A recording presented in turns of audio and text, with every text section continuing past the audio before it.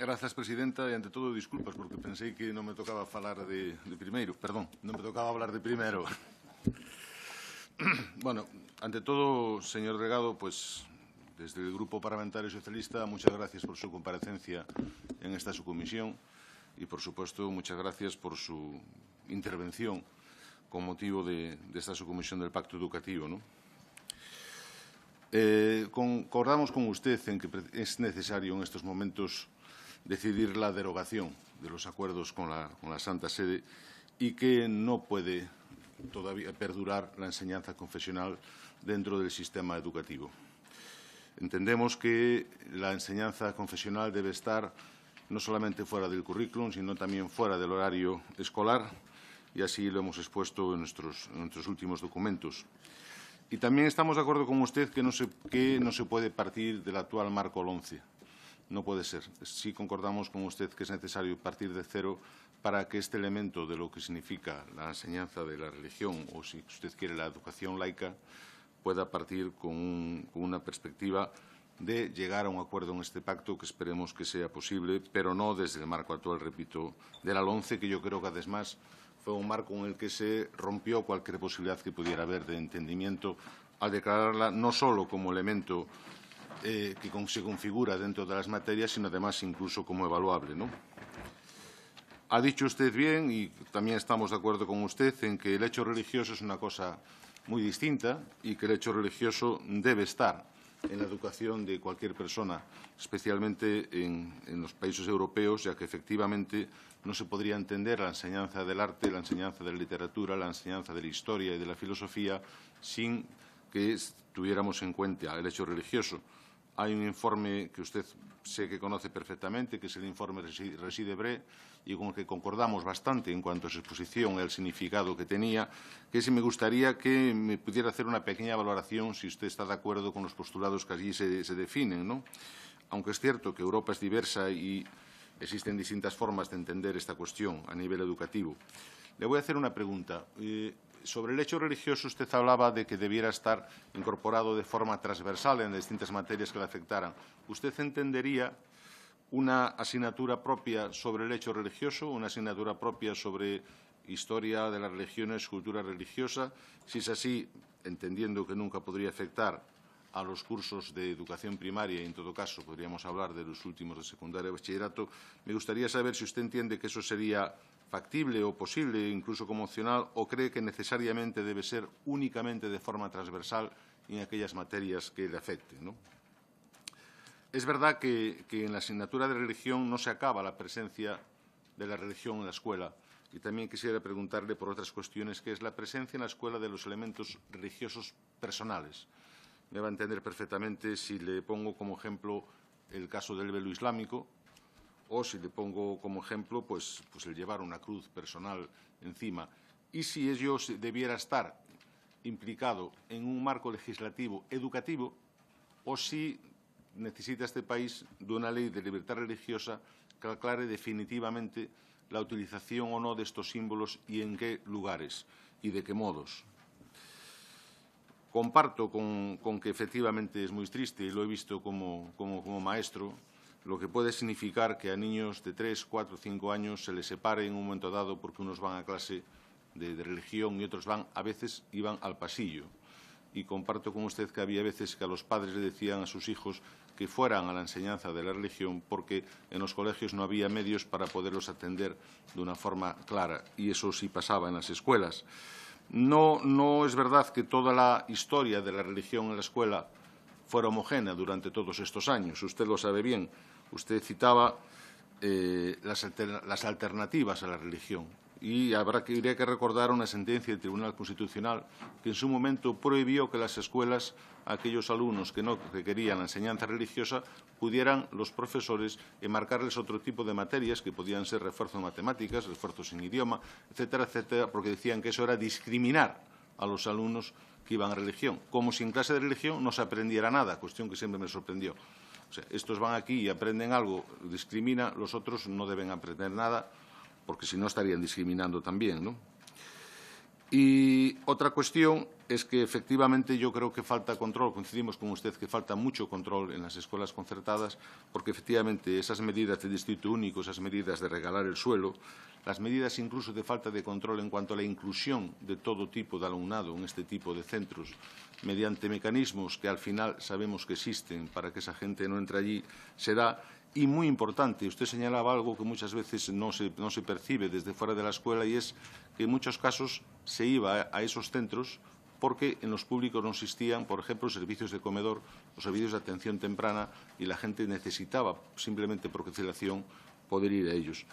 No tengo más que agradecerle su intervención. En todo caso, le agradecería la respuesta a las cuestiones que le he planteado, y muchas gracias. Muchas gracias, señor En todo Meijón. caso, también reconocerlo como antiguo colega y diputado en esta casa. Muchas gracias, señor Meijón. Por el Grupo Parlamentario Popular tiene la palabra la señora González Guinda. Muchas gracias, señora presidenta.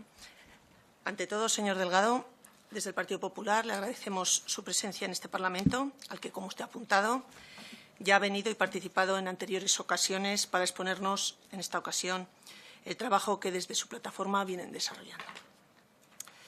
Usted, en su comparecencia, ha puesto en tela de juicio nuestra Constitución, ha puesto de la que usted en ese momento formaba parte de este Parlamento, y se ha declarado también como republicano, y ha hablado de que esta Constitución nuestra nos ha dado un sistema depredador, estoy usando su terminología. Por otro lado, le he querido entender que en clave constitucional tenemos que trabajar aquí para cambiar el propio sistema. Son ciertas contradicciones que a mí me llaman la atención. Para todo ello, ustedes enarbolan los derechos fundamentales que la Constitución reconoce, que se han de interpretar de conformidad con la Declaración Universal de Derechos Humanos, los convenios de infancia, etcétera. También las recomendaciones del 13 de junio de 2016 del Parlamento Europeo, que voy a tomar textualmente, que expresamente recomienda que los Estados de la Unión deben subrayar el derecho a la libertad de religión o creencias, así como garantizar la secularización de la educación pública, y las obligaciones de la Unión Europea, y las obligaciones que la Unión Europea debe de tomar las medidas adecuadas en caso de violación de este principio. Que yo sepa, en ningún caso, ni las autoridades europeas ni las estatales han tenido que actuar en España por casos de violación de este principio. Ustedes, a todos estos tratados que usted nos ha nombrado, le dan su interpretación, están en su derecho, y plantean una verdadera batalla contra todo lo que represente Iglesia Católica o cualquier otra confesión. Me he molestado también en entrar en su página web, y sí que me llama la atención que he usado la palabra batalla porque hechos como las campañas que ustedes tienen para la X, en contra de la X, de la declaración de la renta, a todos aquellos que ponemos la X nos llaman tontos, ¿no? Entonces, quería subrayar aquí el tono y el estilo de ciertas agrupaciones que tienen en su plataforma. La lectura de todos estos, por lo que me da la impresión de que, acabando con las confesiones religiosas, acabando con la Iglesia Católica, se solucionarán todos los problemas de nuestro sistema educativo. Le aseguro que después de la comparecencia que hemos tenido anterior, que ha sido de un diagnóstico y de un planteamiento de los problemas reales de la enseñanza, sin ser un tema menor, no deja de ser uno más de todos los temas que tenemos aquí sobre la mesa. La lectura que de todos estos tratados hace el Partido Popular es muy clara. Y le comento, y en todos ellos entendemos que en todos ellos hay una gran apuesta por la enseñanza pública, pero del respeto a otras opciones y siempre en defensa a la libertad de elección de los padres. Yo voy a leerle el artículo 27.6 de la Constitución. Se reconoce a las personas físicas y jurídicas la libertad de creación de centros docentes dentro del respeto a los principios constitucionales. Y el punto 9 dice: los poderes públicos ayudarán a los centros docentes que reúnan los requisitos que la ley establezca. A este respecto, también en alusión a la resolución del Parlamento Europeo, el informe Luster, sí quería resaltar dos puntualizaciones. De acuerdo con el derecho que se le el derecho a la libertad de enseñanza implica la obligación de los Estados miembros de hacer posible el ejercicio práctico de este derecho, incluso en el aspecto económico, y de conceder a los centros las subvenciones públicas necesarias para el ejercicio de su misión y el cumplimiento de sus obligaciones en condiciones iguales a las que disfrutan las correspondientes centros públicos, sin discriminación respecto a las entidades titulares, los padres, los alumnos o el personal.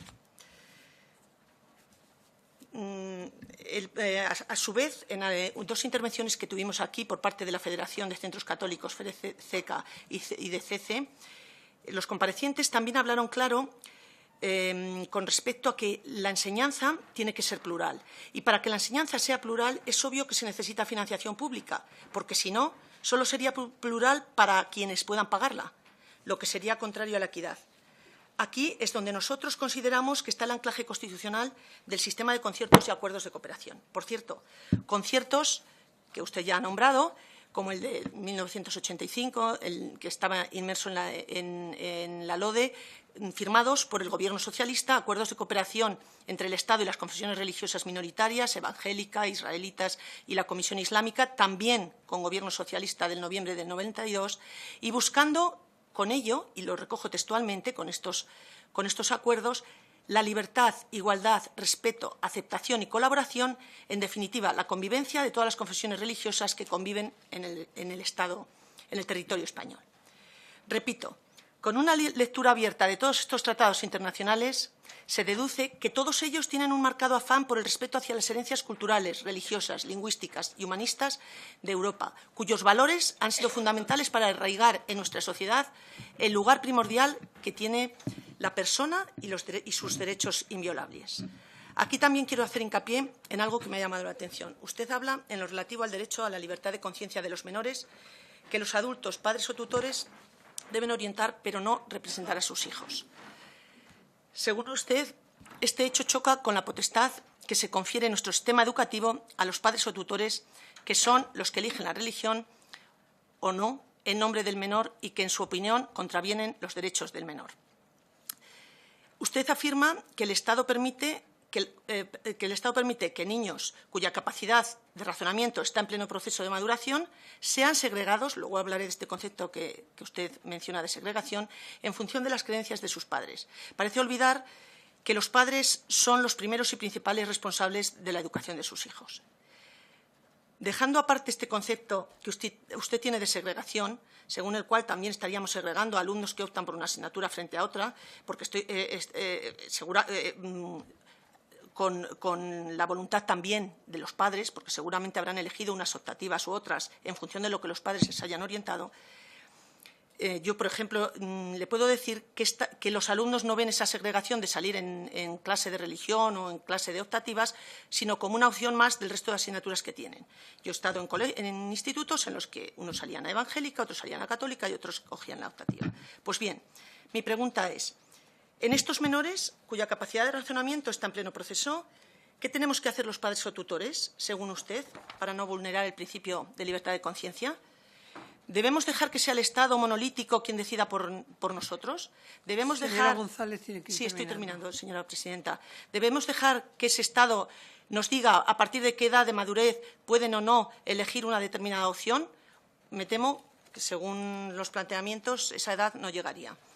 Mire, señor Delgado, aquí estamos en España, en Europa, en el año 2017 y en el PP creemos en el modelo de democracia representativa que nos dimos los españoles en 1978 y que nos ha dado el espectro que tenemos en este Parlamento. Con este espectro, cada grupo político aquí representado representa a su vez a millones de personas que les han dado la confianza.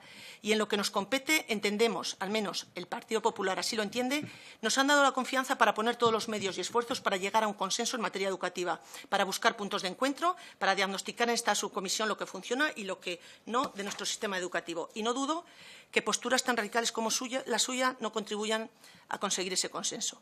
No tengo más preguntas. He preferido, ante una intervención tan radical, exponer los posicionamientos del PP en pro de la defensa de una calidad educativa en la que para el PP la libertad, con mayúsculas, es fundamental y la libertad de elección de los padres también. Nada más. se ausente mientras hablan los demás comparecientes y luego al final haya que darles la palabra. Tiene usted la palabra, vale, pero no es lo más correcto, ¿eh? Se lo agradezco, señora presidenta, y mis disculpas con el ponente, Francisco Delgado. Bien, es cierto que esta tarde presentamos una proposición de ley para la derogación del artículo que estoy justificándome, señor señora Bustamante, con el señor Delgado, porque ustedes le han pedido que viniera, sí, aparte de esta comisión, pero también con el resto de los diputados y diputadas que estamos aquí, porque también nos merecemos una consideración por parte de un componente, una parte de este Parlamento y de esta comisión que se ausenta y que luego pretende que los demás no nos merecemos el respeto porque realmente usted no estaba cuando le tocaba hablar. Así que yo le ruego que se atenga al punto, a la comparecencia, y tiene usted 5 minutos para intervenir. Vale, muchas gracias. Permítame que me excuse. Acabo de salir porque esta tarde presentamos una proposición de ley para la derogación del artículo del Código Penal que criminaliza el derecho a huelga y por el cual hay más de 300 sindicalistas procesados, y estaba con los secretarios generales de Comisión Obrera y UGT, y evidentemente siento mucho tener que haber salido, pero no podemos estar en dos sitios a la vez. Y de ahí pido disculpas a Francisco Delgado y al resto de grupos si se sienten agraviados por la salida. Nosotros compartimos las posiciones de Europa Laica en relación a que la religión debe de quedar fuera del ámbito educativo. Pensamos que el derecho a la libertad religiosa se debe de ejercer, pero debe estar fuera del ámbito de la educación.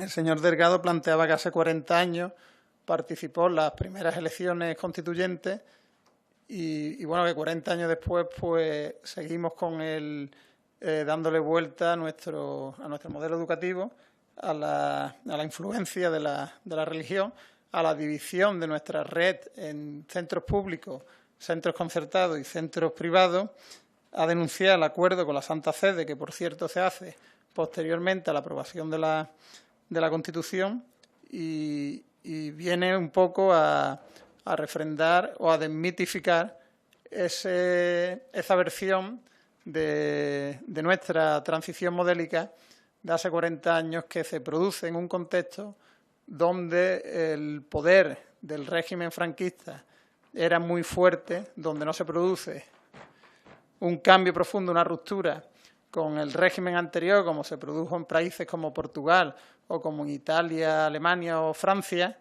donde se produce la victoria de los movimientos antifascistas y se produce una ruptura con el régimen anterior, y sin embargo en nuestro país pues esa transición se hace bajo la presión y bajo la influencia de los poderes que durante 40 años habían gobernado en este país, habían tenido el poder político, económico y social de nuestro país. Nosotros planteamos la integración de la red de conciertos en la red pública y pedimos también además la subrogación de los profesionales para que no se produzca el trauma. Y le queríamos preguntar también al señor Delgado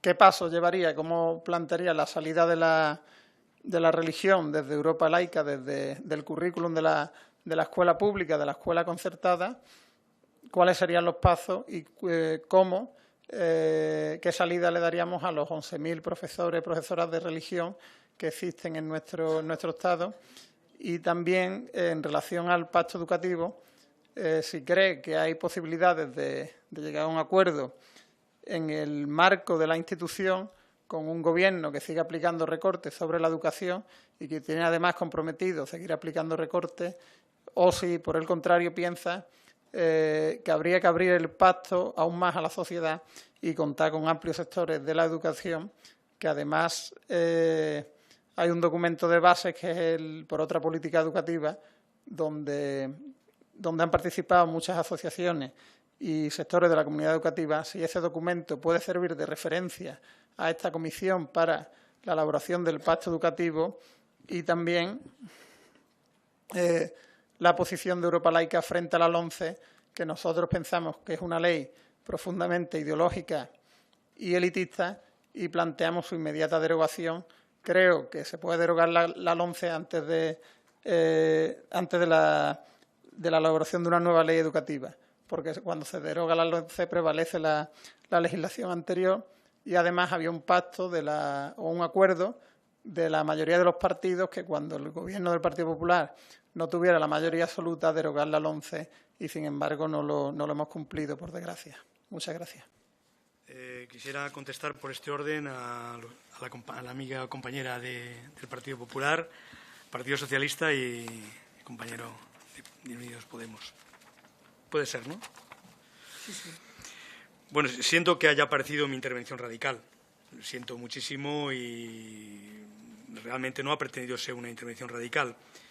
Es un problema, el tema de las religiones y los sistemas educativos, es un tema en todo el mundo.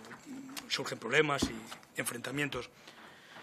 Hay que tener en cuenta que en España durante siglos la religión católica fue la del Estado y estaba impuesta al conjunto de la ciudadanía. Cuando hablan de herencias culturales, más que herencias culturales son herencias de unas imposiciones permanentes de los reyes católicos para acá, digo de antes incluso, ¿no? Del 589, el Concilio de Toledo. La unidad espiritual de España. Siento haber sido radical en ese sentido. En tela de juicio de la Constitución, en absoluto. En tela de juicio, el desarrollo y aplicación de una parte importante de la Constitución.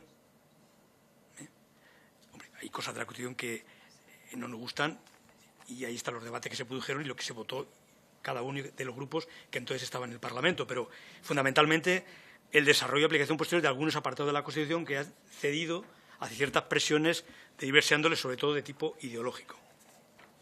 Principios republicanos, sí. Principios republicanos de convivencia. No tenía que ver con el tema de, hablo de Platón, hablo de los principios republicanos, de la convivencia, de la democracia, de la república. No hablamos de monarquía o república, es otra cosa. De principios republicanos de convivencia. De principios republicanos de convivencia que se pueden dar en Suecia con una monarquía, perfectamente. No hablamos ni de república ni monarquía, independiente de mis planteamientos personales.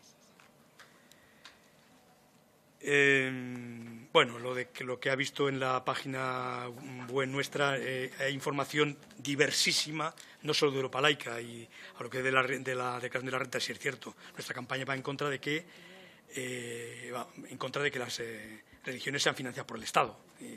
Creemos que las religiones deben ser autofinanciadas, como en su día en los acuerdos se constató por parte de la Santa Sede y el Gobierno español, y que han pasado años y la religión católica sigue sin autofinanciarse en la parte interna, ¿no?, de salarios, etcétera. Y, por tanto, creemos que es una anomalía sacar del impuesto de la renta, pero eso no tiene que ver con esta comisión y, por lo tanto, es una campaña que llevamos hace años y que estamos en ello. Y no llamamos tontos, no es una cuestión nuestra, es de otra entidad, pero no es de Europa Laica lo de tantos tontos. Quien sacó lo de tantos fue la Iglesia Católica, precisamente. Y si hay alguien que ha hecho un juego con ello, no ha sido precisamente Europa Laica. Si lo mira, en verdad que es otra entidad que no es Europa Laica. No todos los problemas de la educación en España, evidentemente, son el tema de la laicidad. Por supuesto. Si me pongo el mono de expresidente de la Confederación Española de Padres y Madres y del Consejo Europeo de Padres y Madres, sé los problemas que tiene la educación en España. Pero para que yo venía aquí a hablar hoy de laicidad, no de los otros muchos problemas que podría describir los que yo conozco después de 40 años participando en el Consejo Escolar del Estado, más de 15. Y dentro de una organización europea de padres y madres durante muchísimo tiempo, desde la perspectiva de padre y madre, más que desde la perspectiva de profesional. Y que conozco cuáles son los problemas, muchos de ellos endémicos. El de la laicidad es uno más, es uno que nos afecta a este país y a otros países también, pero sobre todo a este país. Concretamente, países que en América Latina, en sus constituciones hasta ahora, dejaba claro que no podía entrar la religión en la escuela, están abriendo esas constituciones para que las religiones vuelvan a entrar en la escuela en México, en Uruguay, en Argentina, etcétera, etcétera. Pensamos que es un paso atrás. Claro, que desde la bancada del Partido Popular se hable de Estado como perverso y que vamos a dejar al Estado, quien sea el Estado, el que inculque ideología a los alumnos y no a las religiones, hombre, parece que de la bancada del Partido Popular no es razonable eso. Es decir, el Estado tiene que defender los derechos y libertades de todas las personas, de ciudadanía. Y tiene que ser neutral ante cualquier convicción, no solamente religiosa, de otras muchas naturalezas. Y nosotros no queremos que el Estado financie centros católicos, tampoco estaríamos dispuestos a que se financiaran centros de la masonería o de otras convicciones o de ateos exclusivamente. El Estado tiene que velar por el conjunto de la ciudadanía. Bueno, es evidente que en este tema no estamos de acuerdo. Tuvimos hace 2 o 3 años reuniones con su partido a un nivel bastante alto. Había cuestiones en las que nos podíamos posiblemente poner de acuerdo. Han pasado muchas cosas en este tiempo, pero es cierto que en el futuro hay algunas cuestiones que resolver en cuanto al tema de la financiación de las religiones, en cuanto al tema del tema tributario, en cuanto al tema de la educación, en cuanto al tema de los acuerdos con la Santa Sede de 1979. Bueno, hay cosas que resolver y espero que sus señorías se pongan de acuerdo en cuestiones que son fundamentales en este siglo XXI. El compañero del Partido Socialista ha planteado cosas de bastante profundidad al final, que requerirían toda una serie de minutos para poder resolver. Y, bueno, claro, en la escuela no solamente el hecho religioso, la multitud de cosmovisiones que, y no solamente en el ámbito de los 47 millones de personas que convivimos en este país hay solamente personas religiosas. Hay muchísimas personas, según la encuesta del CIS, que cada mes hace, que no tienen religión o que tienen unas convicciones totalmente diferentes. Por lo tanto, los 3 millones de musulmanes que hay, de árabes que hay en España no son musulmanes, por ejemplo. Hay 700.000. Por mucho que se empeñe la Conferencia Islámica de España, dice que son 3 millones, ¿no? Son las personas que vienen del mundo árabe no significa que sean musulmanes. Por lo tanto, en España, de los 47 millones, hay mucha gente que son ateas, son agnósticas, son indiferentes, son deístas, tienen multiplicidad. Entonces, sí que los alumnos en los centros deberían de conocer toda esta multitud de cosmovisiones que existen en la sociedad. Pero precisamente no tienen por qué ser de carácter religioso o de pertenecer a una religión.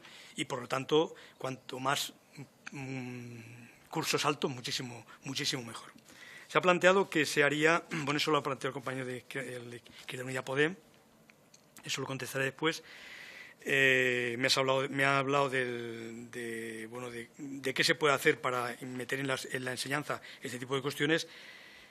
Bueno, pues yo creo que llegar a un acuerdo de qué es lo que la enseñanza debe de llevar para que los alumnos conozcan el conjunto de cosmovisiones que existen en la humanidad a nivel histórico y en la actualidad.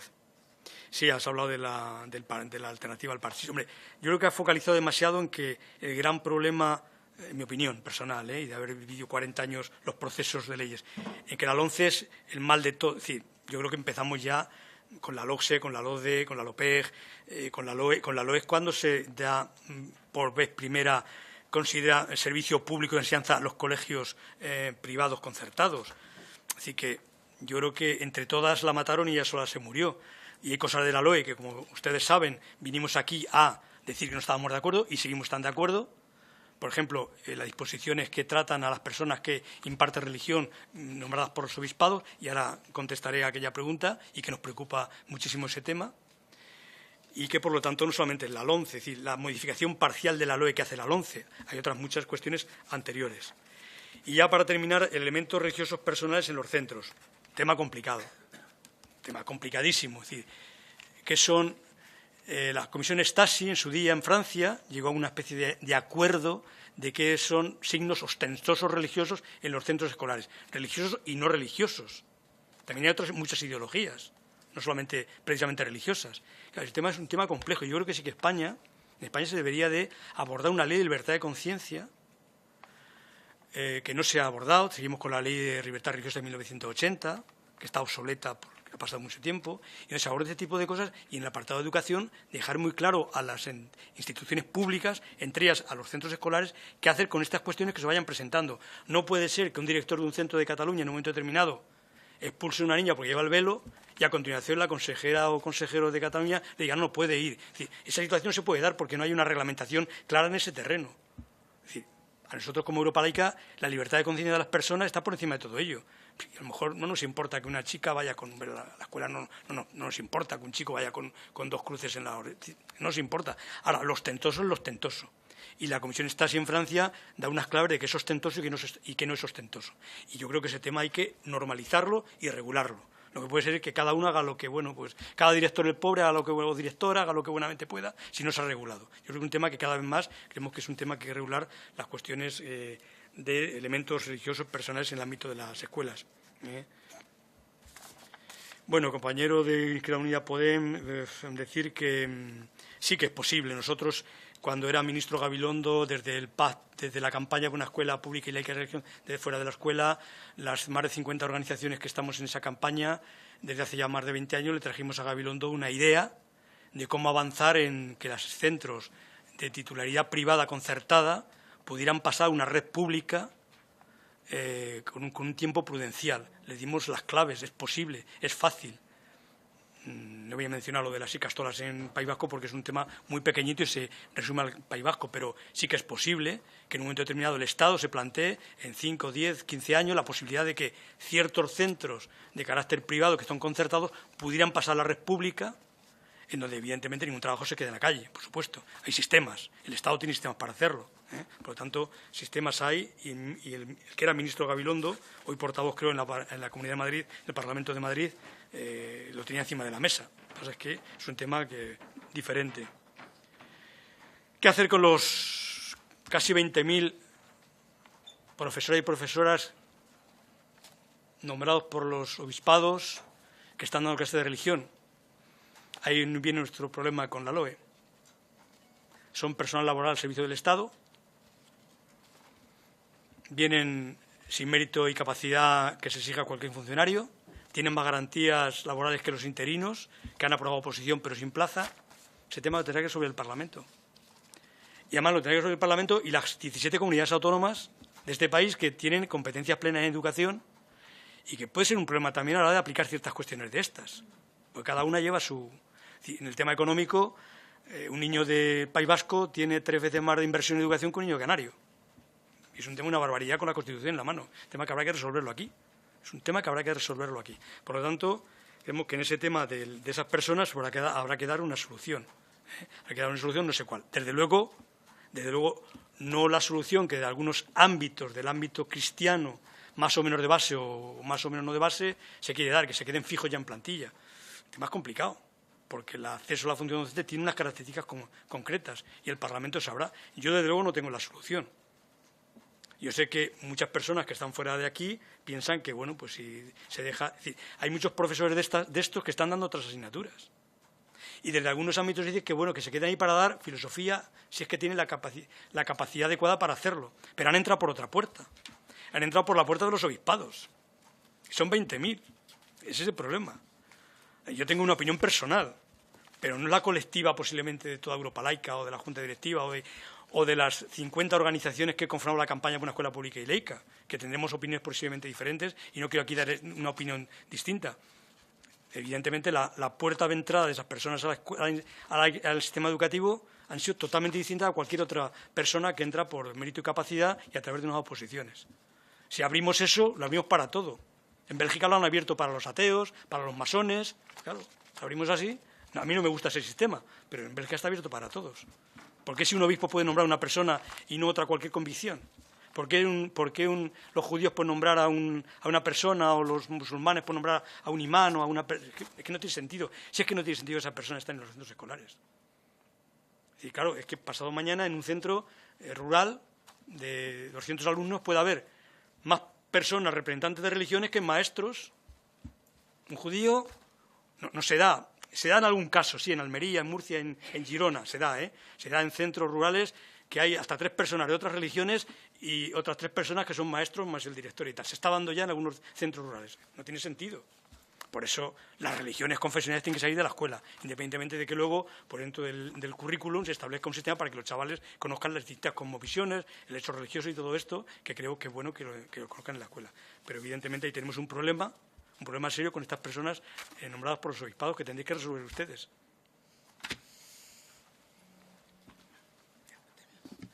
Muchísimas gracias al señor Delgado.